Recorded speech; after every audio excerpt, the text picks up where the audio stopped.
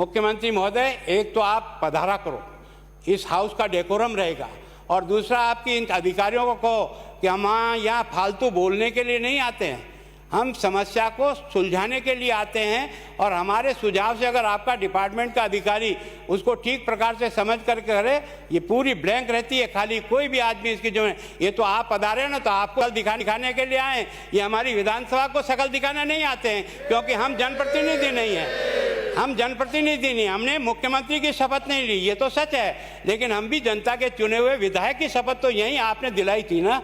तो हम लोग क्या, इतने लोग जो आते हैं वो कोई अपने दिल दिमाग से काम करने के लिए नहीं आते, हम आपकी मदद करने के लिए नहीं आते, हम ये चाहते हैं कि इस प्रकार का जो बर्ताव हो रहा है ना, ये बर्ताव उचित नहीं है।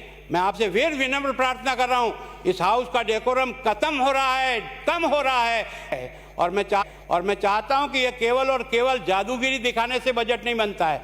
ये आपने बजट में जादूगिरी दिखाई, इस जादूगर का खेल जमीन पे उतार दो, तो हम पहले आदमी होंगे जो आपका खुल करके समर्थन और सहयोग और आपकी तारीफ करेंगे। लेकिन केवल और केवल झुंझुना पकड़ा करके भाटे लगवा दो, और ये कि यहाँ आ रहा है, क्या आ रहा है, भाटा आया है, अभी तो 17 साल तक योजनाएं पड़ी रहती है, और मैंने कुछ नमूने आपको बताए हैं। इस प्रकार के नमूनों की जांच कौन करेगा, इसको कौन देखेगा, कौन इसको ठीक करेगा। मेरी विनम्र प्रार्थना है, इस बजट के जो आपने पुराने पेश किए, जो 19 से मेरे पास उपलब्ध हुए, मैंने आपके सामने रखा है, और ईमानदारी से उनकी पूर्ति नहीं हुई, इसकी पूर्ति भी नहीं होगी। ये भी वैसा ही है जैसा केवल झुंझुना पकड़ा करके लोगों को केवल भाव आने के लिए तैयार कर दो, सच्चाई से बहुत दूर है, बिल्कुल जनता को गुमराह करने वाला है। जैसी आपकी परिपाटी पड़ी हुई है, 10 दिन में कर्जा माफ हुआ नहीं, जमीनें बिक रही, आपने कहा सब लड़कों को बेरोजगारी भत्ता मिलेगा, वो भटक रहा है, वैसी ही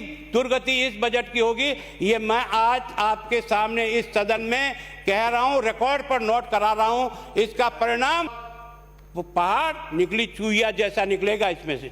अध्यक्ष महोदय, एक 15/3/22 का एक आदेश निकला है, वो निकाला है हमारे कानाराम जी, निदेशक शिक्षा विभाग। इसको पढ़ करके आपको ताली बजाने का अर्थ समझ में आ जाएगा। ये आदेश ये है, विद्यालय क्रमोन्नत के प्रस्ताव शिक्षा मंत्रालय भारत सरकार के निर्धारित प्रपत्र में उपलब्ध कराने का क्रम करें। इसका मतलब सेकेंडरी से हायर सेकेंडरी बनाने का 100% पैसा केंद्र सरकार ने अपनी योजना में देकर के आपको तो डायरेक्शन दिया है। आप हमने 3000 कर दिए, क्या कर दिए? ये तो केंद्र सरकार की योजना के तहत आपने ये प्रस्ताव बना के उनको भेजना है, और उसके तहत होता है। आप ये बजाओ ताली, ये बजाने चाहिए। मैं फिर आपसे बहुत विनम्र प्रार्थना कर रहा हूँ, अब आपको एक जैसे बजाओ ताली, आप सब लोगों ने कहा बजाओ ताली, मैं आपको कह रहा हूँ, अब ये जो आदेश है ना, ये आपकी ताली को बजा रहा है। वहाँ आपके कहने से नहीं बजाएंगे, बैठ जाओ, ज़्यादा होशियार बनने की कोशिश मत करो, थोड़ा सा जनता से चिढ़ाओ, तब जाके पता लगेगा। इतनी हैकड़ी करने की जरूरत नहीं है, कम से कम नहीं। कभी कभी क्या है, उनको लगता है ना, समय के पहले जो ऊंच जाते हैं तो पैर जमीन से छूट जाते हैं। समय बताएगा तो समय।